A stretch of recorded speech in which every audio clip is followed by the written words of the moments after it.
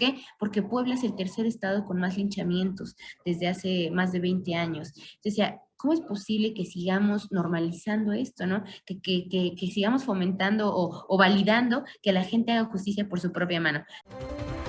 Síguenos en nuestro canal de YouTube y activa las notificaciones. Puedes hacerlo desde la aplicación o escaneando el siguiente código QR, que te llevará directamente a nuestro canal para suscribirte. Mantente informado sobre los acontecimientos más importantes a nivel local, nacional e internacional. Y accede a nuestras secciones de análisis y opinión, con periodismo de calidad del día a día. Recuerda darle me gusta y compartir a nuestros contenidos. Y no olvides seguirnos en todas nuestras redes sociales.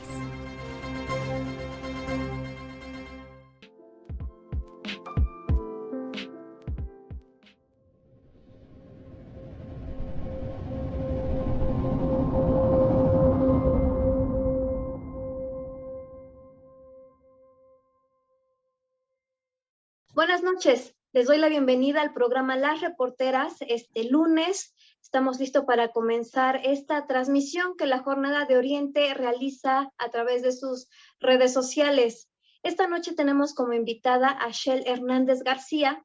Ella es presidente de la Comisión de Educación del Congreso de Puebla, para que nos comente sobre una iniciativa que se está trabajando en el Poder Legislativo, que es la Ley sobre la Cultura de la Paz. La Ley de la Cultura de la Paz es un tema que es necesario abordar, dado que en el país vivimos en condiciones totalmente opuestas, en un clima de violencia que no se puede ocultar, que en un clima de inseguridad que ha afectado a todos. Y te doy la bienvenida, Shell. Muchas gracias por tu participación en el programa. No, al contrario, Mónica, muchas gracias por darme la oportunidad de, pues, comentar lo que estamos realizando dentro del Congreso del Estado de Puebla. Y como bien mencionas, ¿no? La violencia es una constante en cada una de nuestras comunidades. Creo que ningún estado es ajeno. Por supuesto que hay situaciones que se han agravado y que bueno, cada día las circunstancias son más complicadas. Pero por otro lado, bueno, hay algunos estados que han hecho esfuerzos a favor de erradicar pues la inseguridad, la delincuencia y algunos factores que fomentan la violencia. Entonces, te agradezco mucho el espacio y que podamos compartir esta información.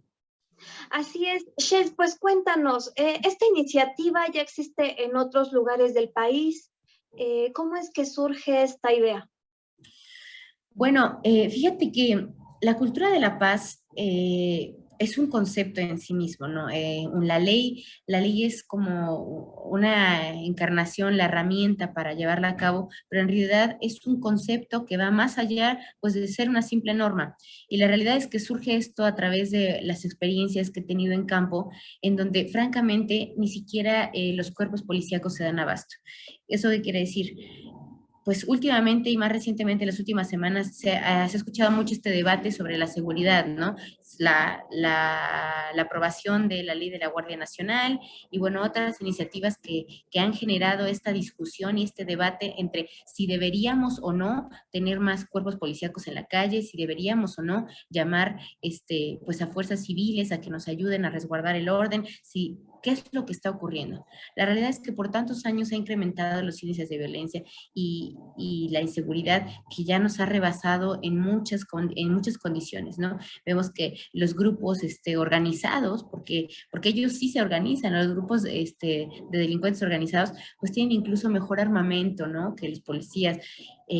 Vemos que recientemente también el canciller pues detectó estos dos estados de donde en su mayoría provienen las armas encontradas de manera ilegal en nuestro país, ¿no? Entonces son condiciones que van más allá de las fronteras incluso, ¿no? Entonces también me puse a pensar, a ver, yo dentro de mis comunidades represento a unas comunidades indígenas que lamentablemente la violencia es una constante. La violencia no solamente como acto de delincuencia, sino también la violencia en casa, la violencia de género hacia las mujeres, la violencia de discriminación hacia los jóvenes porque pues son indígenas, ¿no? Entonces, empecé a pensar, a ver, tuvimos presencia de Guardia Nacional, estuvieron en una de mis comunidades pues por poco más de un mes y bajaron los índices de delincuencia, ¿no? Todo estuvo muy tranquilo, no se registraron tantos incidentes, pero ¿qué pasó cuando se retiraron? volvieron y volvieron más fuertes que nunca, ¿no? ¿De qué Entonces, volvimos comunidades a... nos estás hablando? Estoy hablando específicamente, bueno, yo represento a las 4 juntas auxiliares de la Malinche y bueno, vimos que eso fue un incidente del año pasado en Canoa, en San Miguel Canoa, que es una junta auxiliar pegadita a Tlaxcala, pegadita al municipio de San Isidro Buen Suceso y bueno, Canoa es una comunidad que mucha gente ha escuchado por esta mala fama, que es una comunidad formidable, es una comunidad con muchísimo acervo cultural, nahuas, y con una riqueza también de biodiversidad muy bonita y que no se le conoce por eso, ¿no? Sin embargo, pues se le ha abandonado por tanto tiempo y estamos a escasos 30, 40 minutos del centro, de la capital de nuestro estado, ¿no? Entonces, estuvo la Guardia, que en repetidas ocasiones el presidente auxiliar la ha solicitado, pero por supuesto que no se puede quedar para siempre, lamentablemente no hay los recursos suficientes. Entonces, me di cuenta que no era tanto un tema estructural, sino que realmente teníamos que hacer un cambio de fondo. ¿Por qué? Porque yo misma lo he vivido. O sea, me ha tocado ir a esas comunidades en donde yo misma he sido víctima de la delincuencia, en donde pues los automóviles donde vamos nos han saqueado, ¿no?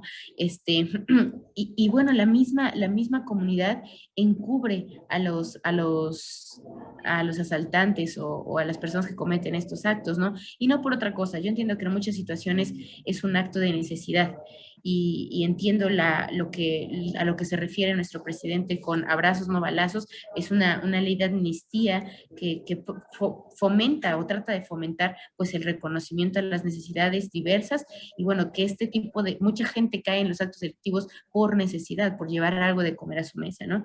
Sin embargo, pues se ha descontrolado tanto este tipo de actividades que pues que ya afectan a una población en todas las dimensiones, ¿no? A la sociedad en todas sus dimensiones. ¿Y esto en qué se traduce? Pues que vemos más violencia también en las escuelas, en las aulas, vemos ahorita que todo el mundo pues tiene la capacidad de tener ese reportero, ¿no? Y tener un dispositivo móvil con vinculación a internet o que puedan tomar evidencias, pues a lo mejor antes no lo veíamos, pero ahorita sí se ve toda la violencia que se fomenta desde los más pequeños. Entonces estamos pensando cómo podemos transversalizar que a través de la educación podamos reconocer la paz como un mecanismo para reducir los índices de violencia y de delincuencia en México. Para ello, se fomentó este trabajo en conjunto con varias instituciones, con varias dependencias, en donde se pretende hacer una ley que es completamente nueva, es una ley que no existe en ningún estado, pero que pretende simplemente que la paz y el fomento a la paz sea una constante, que esté programada y que esté contemplada en los planes de desarrollo municipales y territoriales y sobre todo también que ya no sea opcional, que sea algo, una normativa que todos los gobiernos tengan que invertir, porque sabemos que se requiere inversión, que se tenga que invertir en una cultura de la paz. ¿Qué es la cultura? Interiorizarlo, aprenderlo de facto, tener ya el conocimiento dentro de las comunidades integrado de que la violencia no es normal y que no podemos normalizar la violencia. Por tantos años se ha normalizado la violencia, más recientemente en los últimos años, pues estas series de narcotraficantes, estas series en donde se enaltece, ¿no? La riqueza y el lujo excesivo a través de actividades que pueden provenir de cualquier naturaleza, sin importar a quién afecten. Entonces, más que enaltecer eso, es fomentar una cultura en donde se fomente que los héroes, las heroínas, no sean pues de esta naturaleza, ¿no? Entonces, pues son varios ejes en los que se pretende impactar, principalmente en el eje de, como mencionaba, de la ley orgánica municipal, en donde pues va a tener que venir integrado este fomento a través de ¿qué? A través de la capacitación continua en derechos humanos a los primeros atendientes, como lo son las policías municipales, los síndicos, las síndicas que representan esta figura de ombudsperson, ¿no? Protectora de los derechos humanos en los municipios y que no todos ni todas lo ejercen de esta manera, los regidores, las regidoras de educación, por ejemplo, que se vean involucradas y que todos estos primeros atendientes, porque muchas veces pues, no hay fiscalías ni MPs hasta la sierra, pero sí hay presidentes municipales, pero sí hay juntas auxiliares. Entonces, ¿cómo podemos generar ya esta dinámica en donde de manera continua se les esté capacitando, tengan el conocimiento de detectar índices de violencia, atención, prevención, fomentar la proximidad ciudadana. Entonces, ese es un eje. Otro eje, por supuesto, es integrar los juzgados cívicos. Hay dos experiencias aquí en México, la de Ciudad de México y la de Morelia. Fue una iniciativa en conjunto con el gobierno de Estados Unidos a través de la iniciativa Mérida, en donde se propuso generar estos juzgados cívicos en donde todas las faltas administrativas se puedan tratar a través de, no de una multa, sino de resarcir el daño para la comunidad.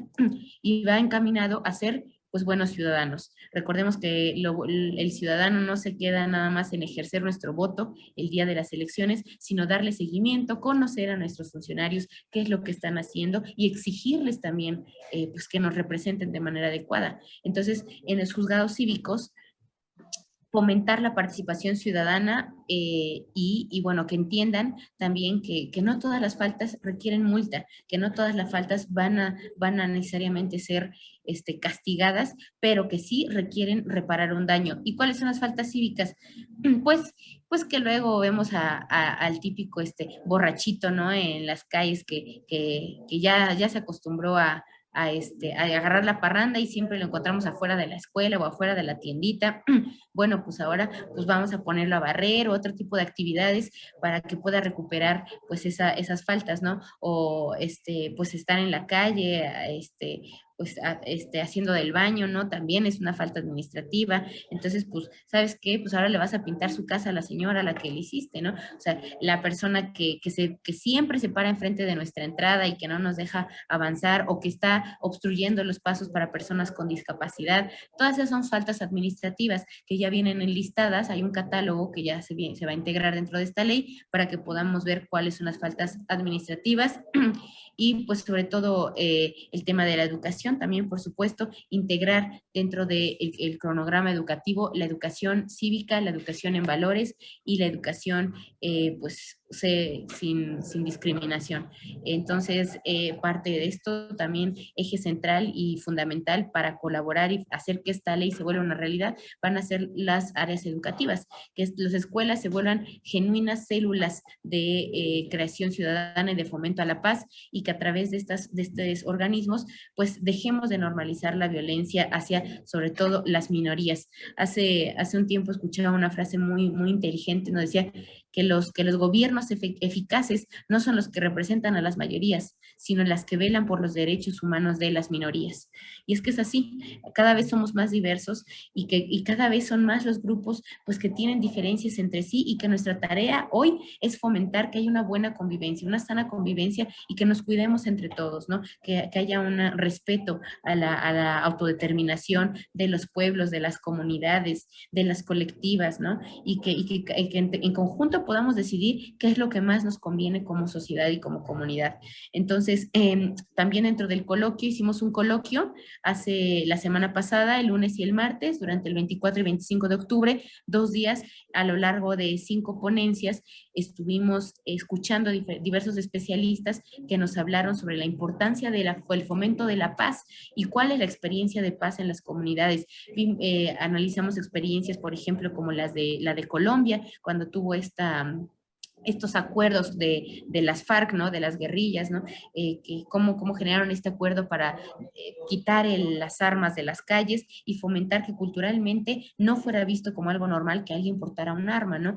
Entonces hablamos de ese tipo de tendencias, de las experiencias de Chile, y con estos especialistas que fueron académicos, fueron exfuncionarios municipales, fueron colaboradores de la Comisión de Derechos Humanos, ¿no? De la Ciudad de México, que tienen muchísima experiencia en insertarse a los barrios, hacer un estudio de campo y empezar a generar estrategias al respecto. Entonces estuvo muy interesante. Estuvo el director del Instituto de Pueblos Indígenas aquí de nuestro estado, maestro Bringas, y que nos explicó también de la naturaleza de las comunidades indígenas, que ya no podemos generar leyes así de la nada y pues ir a hacer impositivos, sino que tenemos que socializar. Una ley que no se socializa, pues es una ley que no sirve, y siempre lo voy a repetir. Entonces, en esta oportunidad fue un foro abierto, podía entrar quien quisiera, fueron varios alumnos de diferentes universidades, en su mayoría que estudian para abogados, estudian leyes, y pues ellos también hicieron sus preguntas, sus apreciaciones,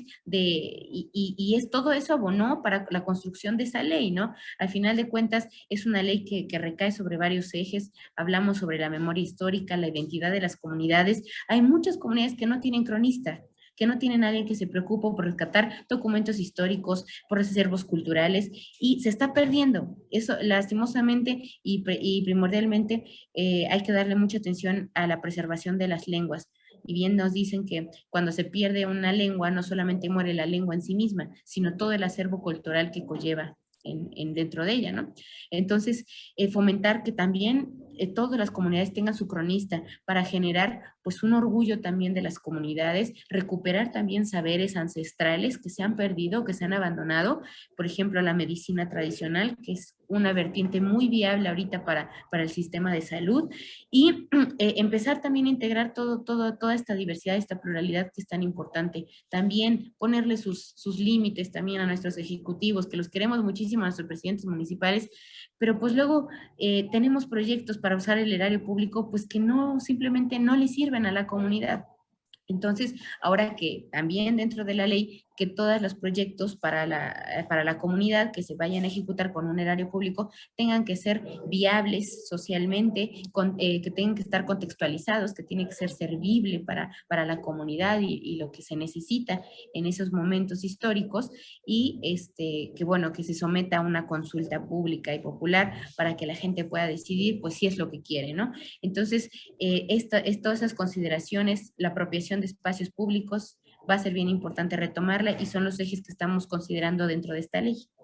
Shel, tú eres integrante del grupo mayoritario de Morena. ¿Qué es lo que te dice tu bancada? ¿Te va a respaldar para aprobar esta iniciativa?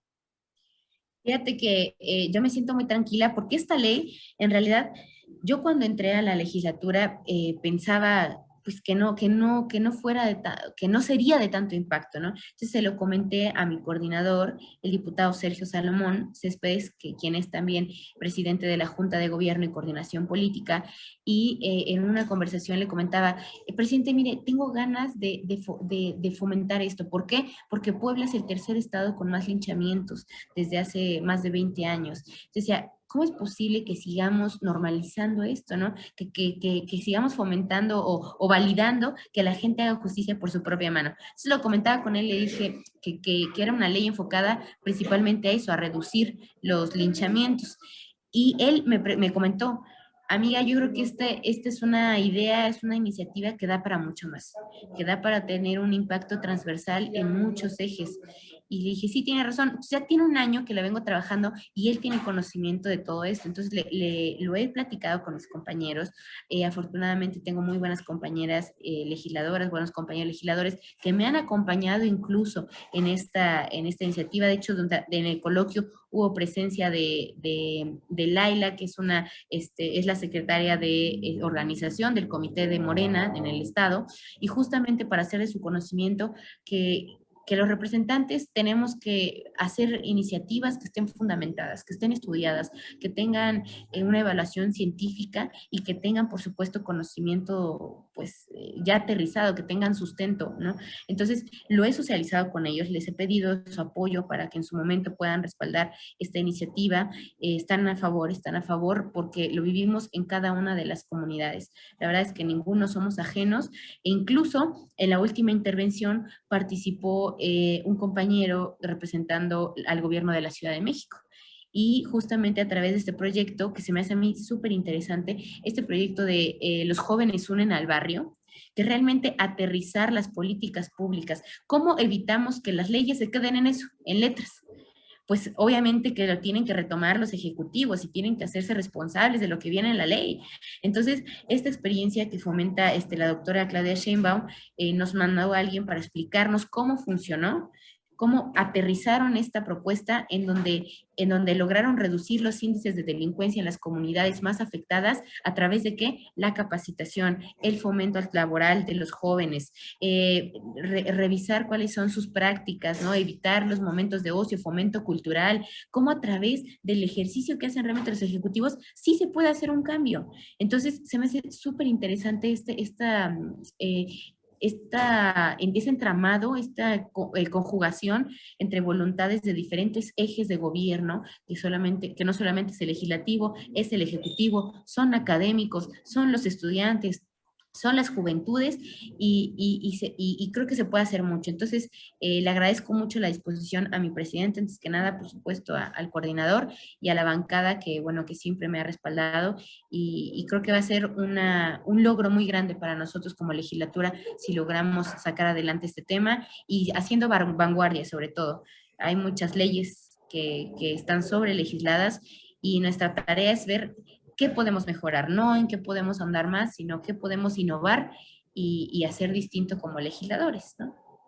Michelle, ahorita me comentas, ya se llevó a cabo un coloquio en donde un especialista les advirtió que es necesario consultar a los pueblos indígenas sobre esta iniciativa y es importante este llamado porque muchas leyes que no son consultadas simplemente son anuladas por la Suprema Corte de Justicia de la Nación. Entonces el costo es muy alto y es necesario llevar a cabo estas consultas. ¿Cuándo se realizaría este ejercicio? ¿Sería costeado por el Congreso o por ti como diputada? ¿Cómo se estarían organizando para esta consulta?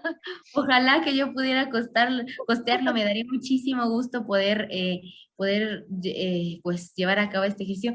Sí, está contemplado definitivamente, es un tema que todos los estados tenemos pendiente, yo creo que no es algo únicamente de Puebla. Te comento para que estén pendientes, el próximo viernes, que es la sesión plenaria siguiente, voy a presentar la iniciativa de la ley de consultas para pueblos indígenas, afromexicanos y personas con discapacidad del Estado de Puebla. Es la tercera iniciativa que se presenta en todo el país. Nos llevan un camino adelantado a quienes les aplaudo mucho la legislatura de Oaxaca y la legislatura de Nuevo León, que son aquellas dos entidades que ya tienen aprobada su protocolo de cómo llevar una consulta. Yo voy a hacer esta propuesta, es una serie de articulados, son 72 artículos en donde se desenvuelve todo el entramado de cómo se tiene que llevar a cabo una consulta indígena que sea viable, de buena fe, informada y bueno, que cumple con todos los requisitos legislativos, ¿no? Es algo complejo porque fíjate que hemos tenido oportunidad de tener diálogos con la Suprema Corte y no hay realmente un parámetro, no hay una disposición específica, es decir, cada estado lo adecua de acuerdo a sus posibilidades. La verdad es que es complejo porque imagínate, hay iniciativas de todas las materias, en cultura, en economía, en educación, en salud, y todas tienen que ser consultadas aquellas que impacten o modifiquen algo para personas indígenas o para personas con discapacidad. Si hiciéramos una consulta por cada una de las reformas, que a veces pueden ser de una palabra o de una fracción, pues llevamos un presupuesto enorme que lo único que va a hacer es que pues reduzcamos nuestra capacidad de trabajo como legislatura. Entonces, este protocolo está pensado de tal suerte de que se haga un convenio, con las comunidades, con los representantes de estas comunidades y que por supuesto se pueda someter a una consulta que sea viable, que sí sirva realmente, que los resultados los podamos retomar para hacer las modificaciones pertinentes, pero también que sea logísticamente viable, que se pueda aprovechar y que sí se pueda llevar a cabo. Entonces, nosotros desde el mes pasado estamos llevando a cabo una mesa de trabajo semana con semana con las dependencias de la Secretaría de Educación, estamos reuniéndonos con el Instituto de Pueblos Indígenas del Estado, con el Instituto de Discapacidad del Estado de Puebla y con el DIF. Estos cuatro entes son los que nos están ayudando para hacer el protocolo de la primera consulta, en donde pretendemos también integrar la consulta sobre esta nueva ley que estamos proponiendo. Entonces, la intención es que dentro de esta primera consulta, a llevarse a cabo en estos últimos meses del año, pues se involucre las leyes que están impugnadas, la ley de educación, la ley de movilidad, y que se pueda integrar también y someter a consideración la nueva ley de consulta para que ya haya un protocolo. El protocolo es extraordinario. Varios temas los que serían abordados en esta consulta dirigida a pueblos originarios. Sí, serían varios temas porque son varios los pendientes y tenemos que darle salida de acuerdo a justamente al dictamen que mencionas de la Suprema Corte. Entonces es algo que tenemos que hacer sí o sí. Ahorita ha habido algunos cambios administrativos dentro de las instituciones aquí en Puebla, entonces pues ha habido pues nos hemos reducido un poco los tiempos. La verdad es que ahorita estamos un poco apresurados, sin embargo vamos a tratar de retomar este proyecto con los nuevos titulares, porque pues ya llevamos un camino muy largo avanzado, llevamos más de un año trabajando en este protocolo y más recientemente con las otras instituciones. Entonces, sí me urge sacarlo. Yo creo que va a ser para mí un honor encabezar esta logística, este trabajo.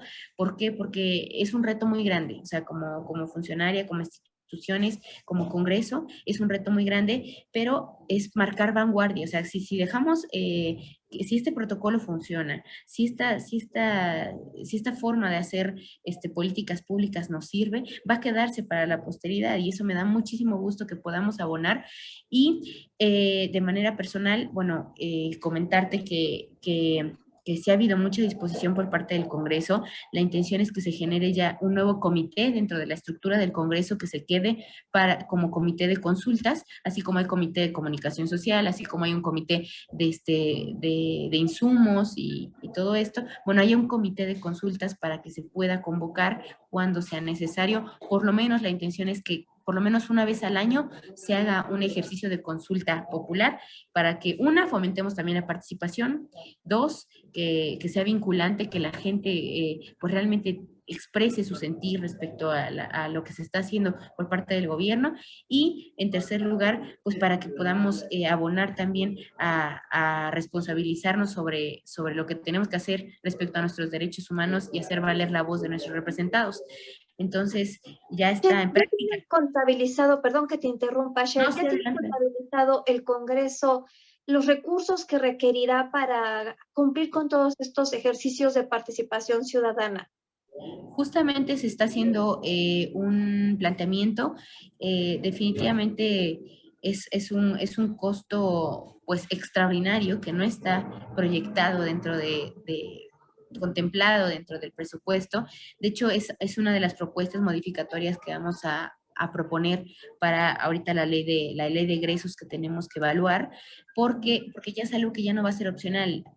Recientemente hemos platicado con la secretaria de Finanzas y me dice, diputada, yo entiendo esto, pero ayúdeme, ¿de dónde lo saco? ¿No? Y le dije, tiene toda la razón, o sea, al final de cuentas no es algo que se tenía contemplado. Entonces vamos a tratar de ya tener un etiquetado específico para ello, pero sí es y aparte de ello, echar mano también de lo que ya existe.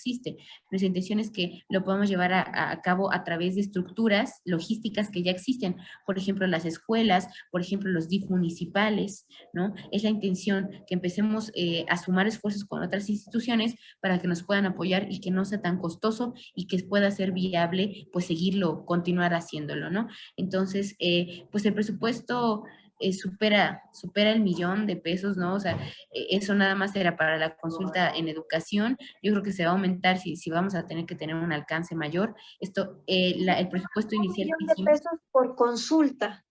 Así es, era como $1,700,000 por consulta, pero solamente estábamos contemplando a través de las estructuras de educación. Entonces, ahorita entrarían las de personas con discapacidad a través de los DIF.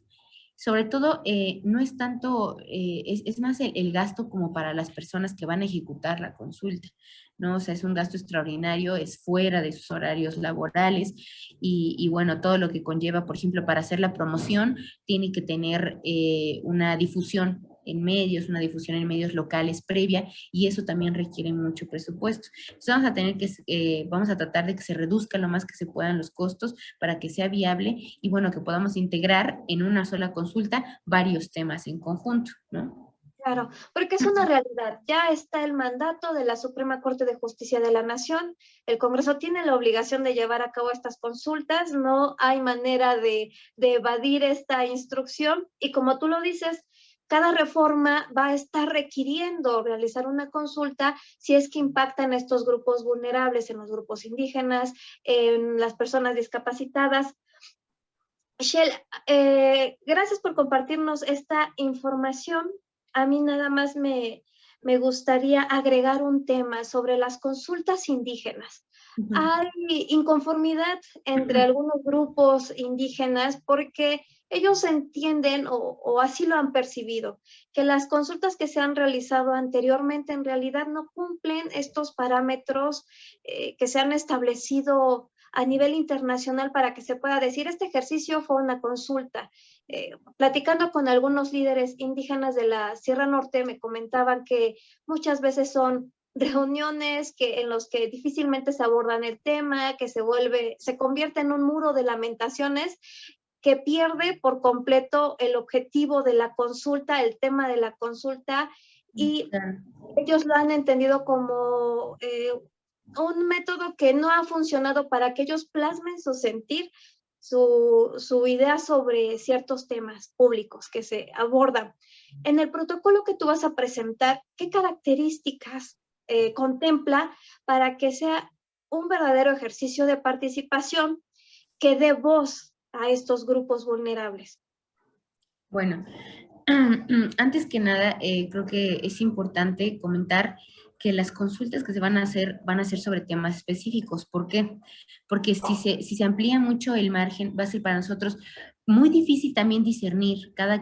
Sabemos que cada cabeza es un mundo y cada corazón es un mundo, entonces sabemos que hay muchas cosas pendientes. Sin embargo, les pedimos, la apertura va a ser abierta, la integración o la participación va a ser abierta a quien quiera realizarlo de esta manera. Estamos llevando por eso el respaldo del Instituto de Pueblos Indígenas, en donde ellos, bueno, ya realizaron un padrón de los comités regionales de pueblos indígenas. Eso quiere decir que ellos, bueno, ya tienen un padrón que ya fue también sometido a consulta, ellos ya tienen una experiencia de consulta para legitimar el Instituto de Pueblos Indígenas, se sometió a consulta, no fue impugnado, se realizaron comités regionales de representantes indígenas y a través de ellos vamos a realizar esta difusión para que puedan participar. La participación es abierta, pero siempre entendiendo esto, que vamos a ir abordando cada uno de los temas, pero por secciones. Si ahorita vamos a hacer una consulta sobre el tema de educación y empezamos a hablar de otros temas, no vamos a poder discernir las propuestas respecto a ese tema. Por supuesto que todos los temas son importantes y vamos a irlos retomando poco a poco, pero lo que sí les pedimos es que la gente realmente participe, porque realmente hay muchas comunidades en donde a lo mejor pues el sentir mismo o esa inconformidad, pues hace que no participen, pero entendamos que esta iniciativa es un voto de confianza y que yo de manera personal se los estoy pidiendo que participen. Yo sé que a veces es complicado creer en las instituciones y que por mucho tiempo nos han abandonado, pero estamos tratando de hacer las cosas distinto, estamos tratando de realmente hacer las cosas bien, que funcionen. Entonces, que la gente pueda participar va a ser fundamental, ¿no? Para poder retomar todas estas propuestas. Entonces, una es que participen, dos, que se acerquen por favor a las convocatorias. Por ejemplo, el coloquio que fue abierto, pues tampoco muchas comunidades llegaron o muchas personas hicieron parte, ¿no? O el otro tema, que se encuentren pues en constante comunicación con las dependencias que los representan y si no, pues saben que el Congreso siempre va a estar abierto para poder recibir este sentir. Si alguien quiere de alguna manera, pues rechaza o de alguna manera les fragmenta su posibilidad de participar, que tengan la confianza de acercarse y hacérnoslo saber, ¿no? Eso es también súper importante. Y pues la intención es que pues que haya una comunicación y una información fluida dentro de este ejercicio, que se pueda difundir no solamente a través de los medios tradicionales, redes sociales, que sabemos que no siempre llegan a todas las comunidades, sino a través de los mecanismos también locales, radios locales, periódicos, murales dentro de las juntas auxiliares o de las presidencias municipales. Entonces, que de manera constante estén pendientes de este ejercicio. Entonces, del trabajo que se realiza en el Congreso, pero también de sus comunidades, de sus representantes locales, y pues ojalá que podamos encontrarnos también con estas personas que tienen ese sentimiento.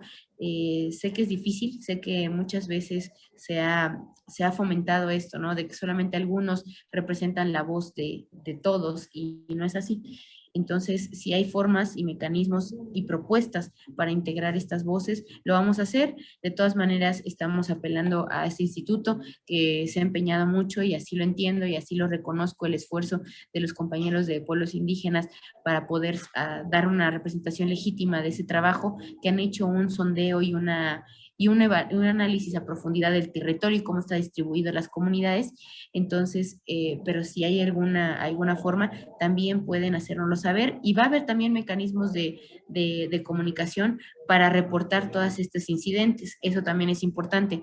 Dentro del protocolo viene un capítulo, un apartado de incidencias en donde se pueden reportar este tipo de actividades para considerar si es necesario volver a realizar la consulta en ciertas comunidades debido a que se vició el procedimiento, ¿no? Entonces, es importante saberlo. El próximo viernes voy a darlo a conocer para que ustedes lo puedan evaluar y analizar, el público en general, y que también nos puedan hacer llegar sus solicitudes y propuestas al respecto.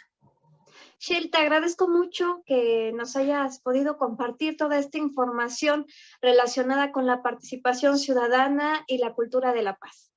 No, muchas gracias a ti, Mónica, por este espacio.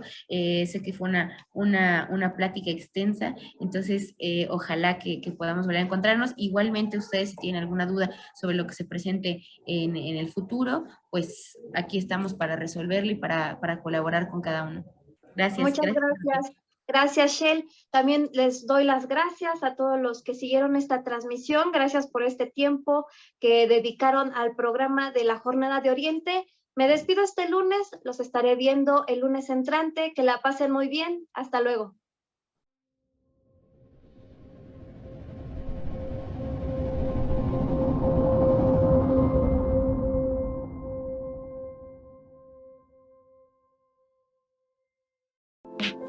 Ahora ya nos puedes encontrar en Telegram. Solo tienes que descargar la aplicación de mensajería Telegram en la tienda digital de tu dispositivo móvil. Busca la Jornada de Oriente y selecciona Unirse al canal. O también puedes escanear con la cámara de tu celular el siguiente código QR, que te llevará directamente a nuestro canal para suscribirte. Mantente informado a lo largo del día con las noticias más relevantes de Puebla, y no olvides también seguirnos en todas nuestras redes para más contenido.